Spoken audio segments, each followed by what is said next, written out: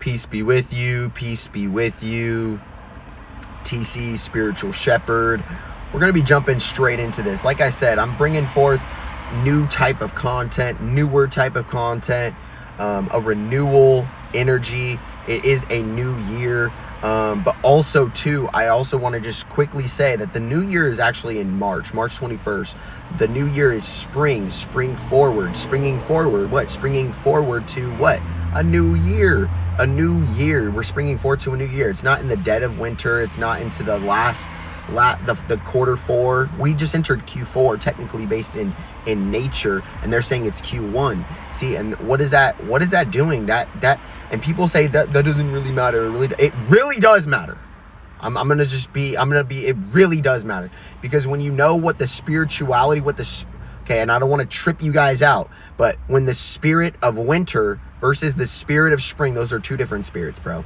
That is two different spirits. Okay, those are two different spirits. People, I'm gonna kind of get into the spirits of things, the spirit of things. Okay, everyone has a spirit, everyone has a soul, but it's how tapped in or how not tapped in they are. And two, they could be using that energy for negativity, and then therefore they are extracting or denouncing or repelling the soul in them. So that's a lot of what people are going through.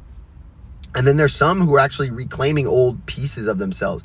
They realize that they've broke themselves. They've broken their bread. They've broken their bodies. They've broken a lot of these things, and they're reclaiming it. They're calling their power back. They're calling their abundance back, their prosperity back. They were born into lack mindset. They were born to believe the indoctrination of the school systems, of the religious dogmatic systems, of the work systems, of the following systems, that they're to fall low, that they are to hell low, that they're to do all these different types of things, rather than be higher in their archy. They're to have a hierarchy, that they're to follow the proper hierarchy of Christ, of God, Christ, you, and you. There's an interconnection between that by accessing Christ within you, that it's that there's accountability in your life.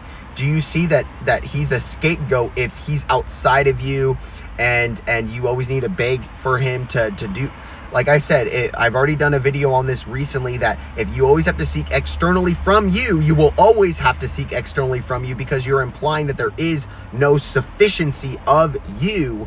That like Reverend Ike actually talks about, like, I'm sure you've prayed that prayer where I'm undeserving, I'm not good enough, I'm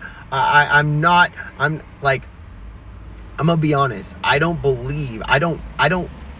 don't know that in my own heart. I don't know that in my own heart that that's the way that God likes the way that we pray that way. I don't truly believe so, because it's ask, believe, okay? Ask, knock, receive. Ask, believe, knock, receive. Where it's, you are to ask as if. You are to be as if. You are to ask as if. That you are to ask as if you're going to get it. That you were to ask as if you are to. And two, people are thinking that being biblical and being Christ-like is against prosperity. Actually, it's the most prosperous type of lifestyle. It might be different, but it's absolutely prosperous. Steady fasting, steadfastness, being steadfast in your uprightness, in your uprighteousness, in your uprightness is what brings forth righteousness. That I'm starting to work on my better terminology, and my better terminology is already starting to come into play easier for me, easier and easier. It's so subconsciously just easy for me to not say bad words anymore, to get rid of any of my negative words, to get rid of any of my negative terminology, because I don't even need to hold on to that negative terminology anymore. I'm just a positive being. And by you perpetuating those cycles over and over and over again is how you're impacting your life for the betterment of your life and the betterment of other people and the betterment of the collective, which we call Christ consciousness. Now, what level is that Christ consciousness on? In what way are we impacting other people? In what way are we impacting of self? When you require less, you can give more. When you require less, you can give more by the law of substantiality. by the law of substantiality, that if I already am filled with the substance of the Lord, if I'm already filled with the substance of Christ, I'm filled up. My cup is full. My cup is overflowing. So of course you can have some, because I'm totally filled up. I'm fulfilled. I'm full and filled up. I'm fulfilled with that of the Lord Christ. Okay? Within me. It's not that I have to go and get it. I don't have, see, and okay, let me explain this. This is materialism. This is American materialism and dogmatic materialism, that if I have to go get a new car for me to feel good enough, that is not me looking within myself and being self-sufficient, being content, being sustained, being satisfied, whatever word you want to give it.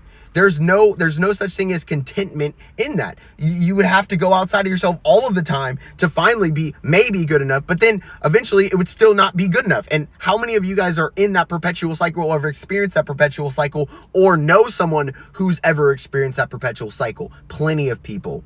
And I can say that I was one of those people until I practiced minimalism, until I practiced different type of spirituality, and I started to think about, what would Christ do in this situation? What would Jesus do? WWJD. What would Yeshua do? WWYD. WWYD. What would Yeshua do? What would Yeshua do in this situation? He'd probably fast. He'd probably not be eating. He'd probably not eat the cupcake. He'd probably not eat the bagel. He'd probably not eat the bread. He'd probably not do any of that stuff. Okay? He'd probably not sip the wine. He'd probably not drink the alcohol. He'd probably not eat the candy bar. He'd probably train. He'd probably do his breath work, because ruach is breath, which is air, which is wind, which is breath work. We're to work out. What is our work? Work is, look at the scientific definition of what work actually is. It's like and to look at power versus force, the consciousness scale of power versus force by Dr. David Hawkins, but also too, like, output is work. By just outputting goodness. Look, you don't have to go work for a man or the man or another person. You don't have to work for another person. You have to learn how to be self-sufficient for you and your family. And you shouldn't ever start a family until you can be self-sufficient for you, or when you're on the precipice of that, the preface of that, where you are at least beginning chapter 1, chapter 2 of your self-sufficiency. That's when you should start your relationships. That's when you should start families. That's when you should start duplication of, starting to impact other people. That's when you should start the YouTube channel. That's when you should start the business, when you are self-sufficient within self. And then 2, there's levels. A lot of people think like, well, then how do I become more self-sufficient? How do I get better? How am I more satisfied? Start to realize already how much you have. Start to realize, and 2, you have to think differently. You have to renew your mind. In that way, I do like Paul. There's some things that I do like Paul in, but I don't always agree with his indoctrination or his doctrine specifically, because I do believe in works. And I believe in works because James says, which is the immediate justice brother, the immediate just brother, somebody who followed the law, somebody who was his immediate brother of Yeshua, James, or and then 2, if James is his name but there was no J, who is James? Because James, there was no J then, so what is his actual name? See, they probably took that out, because if you were to say his name, there's a power, an egregorious energy of his name that has been spoken for millennia, that has a power over that of negative entities, that they fear him. They fear him because of his shining angelic light, or archangelic light, or that of a saint, someone who is sanctified, somebody who is sacred, somebody who is secretive, somebody who is occult, somebody who is mystical, magical, majestical, majesty, magi, okay?